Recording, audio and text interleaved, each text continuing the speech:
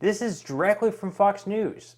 Retirees are feeling the impact as Social Security checks fell short last year. So we're going to be going over this article and what can actually be done in the future to help ensure that these checks are not falling short. Now, you're going to want to watch this video all the way until the end because we're going to be discussing a bill that would actually increase the amount that beneficiaries receive, whether they're on SSI, Social Security Retirement, or SSDI. And this is going to be by a rather large amount, so you'll definitely want to watch all the way to the end to check this out. So, America's senior citizens and retirement community might be feeling the additional financial strain in recent months as there was a big shortfall in their Social Security payments last year. According to the nonpartisan Senior Citizens League, there was a sharp increase in the cost of living in 2022, and inflation-adjusted payments given to Social Security recipients decreased in the same year. This resulted in a 46% gap in the monthly benefit checks received by 70 million Americans. The organization reported Social Security recipients received a 5.9% cost of living adjustment last January, which saw the average benefit check increase by $92.30 from $1,564 in 2021 all the way up to $1,656.30 for 2022. So there was an increase, there was that 5.9% increase. However, the league reported that the 5.9% inflation adjustment was short of the actual inflation figure every single month by 46% on average. 46%, that is a large number here. This calculated discrepancy resulted in the average Social Security benefit check falling short by more than $42 per month and more than $508 for 2022, according to the report. So even though the benefits did increase by 5.9% from 2021 to 2022, on average for the entire year of 2022, benefits fell short by $508 just because the adjustment that was handed out, as usual, wasn't nearly enough to get by. The inflation numbers are sort of rigged in a way where you're not actually receiving as much as you should be. So what the Senior Citizens League is saying here is that while Social Security recipients are looking forward to an 8.7% increase in Social Security benefits in January, inflation in 2022 has taken a toll on retiree budgets. Many retirees have been forced to spend through savings far more quickly than planned, and those without savings have turned to food pantries and low-income assistance programs in higher numbers. And the inflation-adjusted rate was calculated using 2021's figures as measured by the Consumer Price Index. So they're saying here that even though there is going to be the 8.7% adjustment in 2023 this year, which a lot of people are already receiving these higher checks, just because there was such a shortfall last year, people actually had to dive into their savings to end up making up the difference because of the higher prices at the grocery stores, unless you just wanted to not eat or just skip meals, which a lot of people also did as well.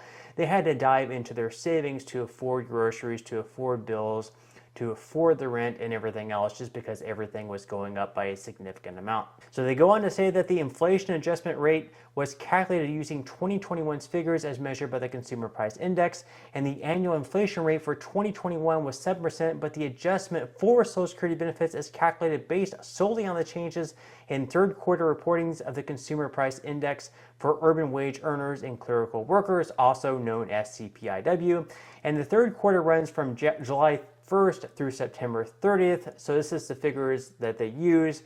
They take the third quarter from the previous year and they compare those numbers to the third quarter of the year that you're currently in. And the third quarter is July 1st through September 30th.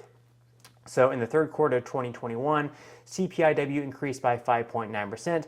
And because it increased by 5.9% when comparing 2020 to 2021, in 2022, that's why you received that 5.9% increase. And the same can be said for 2023. That's why we're receiving the 8.7% increase, because the CPIW from 2021 to 2022, when comparing those two, the third quarter of 2021 to the third quarter of 2022, those rates went up by 8.7% using the CPIW method. So they go on to say that going forward into 2023, these rates have adjusted yet again. And as of January 2023, Social Security benefits have increased by 8.7%, or about $140, increasing the average check to nearly $1,800. Now, this is for retirees. If you're on SSI or SSDI, this amount is obviously going to be different on average. So this increase was again calculated through third quarter inflation rates. Inflation was 7.1% by November, falling from its shockingly high 9.8% in June. Now, this is actually a good thing. For 2023, you're going to be receiving an 8.7% adjustment, even though in November it actually fell to just 7.1%. So inflation is falling, it's getting lower while you're receiving a higher amount. So this is actually a good thing. Now, federal agencies are forecasting that 2022 will end with an annual inflation rate between 7 and 8.01%. And while senior citizens are looking forward to the increase in Social Security payments in 2023, many are still contending with 2022's shortfall between their inflation and their Social Security payments. The Senior Citizens League reported that 33% of the senior citizens applied for food stamps or visited a food pantry this year, compared with 22% last year, and that 17% applied for assistance with heating costs, compared with 10% last year, according to a recent study. So because inflation is increasing, people are finding it increasingly difficult to afford groceries when going to the store, to afford their bills, to afford their electricity, to afford their heating. They're looking for alternative assistance as far as, being able to afford their bills. Now, I'm sure these people aren't alone. Let me know in the comment section below if you're looking for any type of assistance, and I can definitely try to help you find assistance where there is currently assistance right now. So in addition to that, there's also one of the biggest troubles in affording a lot of the things is just healthcare. Healthcare costs are increasing each and every year. Things are not getting any better. Myself personally, I don't even have health insurance, and it's sad. Anytime I get sick, I have to go to an online website. I have kind of like an online doctor. I just hope I don't get very, very sick where I actually have to go to a hospital. But health insurance is extremely expensive, and anytime you have medical bills, it's extremely expensive. So according to the Senior Citizens League, it says, how much will older Americans spend on health care in 2023? And this is an alarmingly high amount. In other countries, you do not see health care costs this high. So it says surveys conducted by the Senior Citizens League in 2023 suggest that 50% of Medicare beneficiaries will spend up to $4,800 for premiums, out-of-pocket costs, and for services such as dental and eye exams that are not covered by Medicare. 30% will spend more than $4,800 up to $12,828, and 20% will spend more than $12,828, particularly those who need costly long-term care, hospitalization, or to undergo therapies for various serious chronic health conditions. And the estimates are based on answers provided by more than 3,000 participants. So you can see this is very alarming. People are spending a lot of money on healthcare. You go to other countries and the costs are much lower. I'm not saying that the solution here should be like Medicare for all or to make healthcare free, but healthcare should not cost as much. I feel like hospitals and health insurance are really just taking advantage of Americans by making the prices so much higher than what they should be. I feel like there's a lot of corruption going on there between hospitals, doctors, and health insurance, where you have these doctors that are living in these mansions, driving the most expensive cars, and they're just making bank off of people. I feel like the cost should not be this much.